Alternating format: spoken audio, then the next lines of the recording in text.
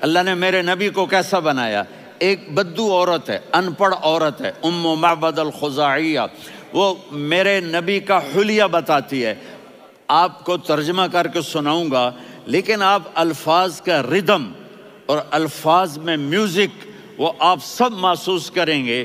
وہ بدو عورت کہتی ہے رأیت رجلا ظاہر الوضاء ابلج الوجه حاسن الخلق لم تعبه ثجلة ولم تزر به سعلة وصيم قصيم في عينيه دعج في أشفاره وطف في صوته سحل في لحيته كثافة في عنقه سطع وصيم قصيم أكحل أحور أزج أقرن إن تكلم علاه البهاء وإن سكت فعلاه الوقار وكأن منطقه خرزات نظم ينحدرن.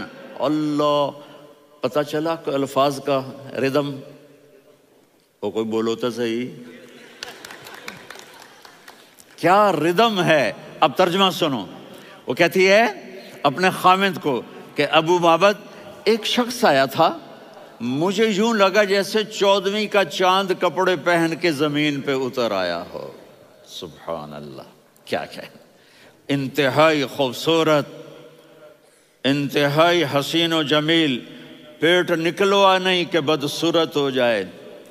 کہا اتنا خوبصورت تھا کہ سر سے پاؤں تک حسن اس کا غلام تھا، خوبصورتی اس کی باندھی تھی، اور میں جدھر سے دیکھتی تھی مجھے حسن ہی حسن نظر آتا تھا. اور جب میں اس کے چہرے پر دیکھتی تو میری آنکھ نہیں بھرتی تھی، میرا جی چاہتا تھا میں دیکھتی جاؤں دیکھتی جاؤں دیکھتی جاؤں، میرا دل نہیں بھرتا تھا. کون؟ وسیم. وسیم اسے کہتے ہیں جس کو دیکھنے سے دل نہ بھرے. قسیم، جدھر سے دیکھو حسن ہو، اسے کہتے ہیں قسیم، کہ اس کی آنکھیں بڑی موٹی. احور، ادعج، اشکل، انجل، ابرج، اہدب، یہ سب میرے نبی کی آنکھوں کی تعریف ہے. ان 5-6 الفاظ کا ایک مطلب ہے کہ اللہ نے کائنات میں ایسی حسین آنکھ کسی کی بنائی نہیں تھی. حسن و جمال آنکھوں میں، اور پلکیں بڑی لمبی. یہ عورتیں یہاں وہ نکلی لگا لیتی ہیں نا لمبا لمبا کرنے کے لیے، تو میرے نبی کے قدرتی یہ بال لمبے تھے حسن کو بڑھانے کے لیے. داڑھی بڑی خوبصورت تھی. زبان میں، آواز میں جادو تھا، آواز میں کشش تھی، آواز میں ایک ایسا دل کھنچتا تھا. گردن لمبی تھی، سر سے پاؤں تک حسن و جمال تھا. جب وہ بولتے تھے نور چھا جاتا تھا، جب وہ خاموش ہوتے تھے وقار چھا جاتا تھا. اور سوا البطن و صدر، سینہ اور پیٹ برابر. سبت القصب، سیدھا قد تھا، سیدھا قد، بالکل سیدھا قد. عریض المنکبین، چھاتی چوڑی تھی. طویل الزندین، بازو لمبے تھے. رحب الراحہ، یہ ہتھیلی بڑی چوڑی تھی. چوڑی ہتھیلی سخاوت کی نشانی ہوتی ہے.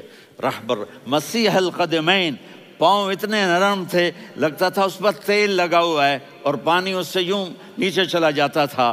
اور یمشی تکفین، کندھے جھکا کے چلتے تھے. اللہ، یہاں 4 آدمی سلام کریں تو آدمی یوں ہو جاتا ہے، اور میرے نبی کو فرشتے سلام کر رہے ہیں اور آپ یوں چلتے تھے، ایسے ایسے چلتے تھے، تھوڑے سے کندھے جھکا کے چلتے تھے.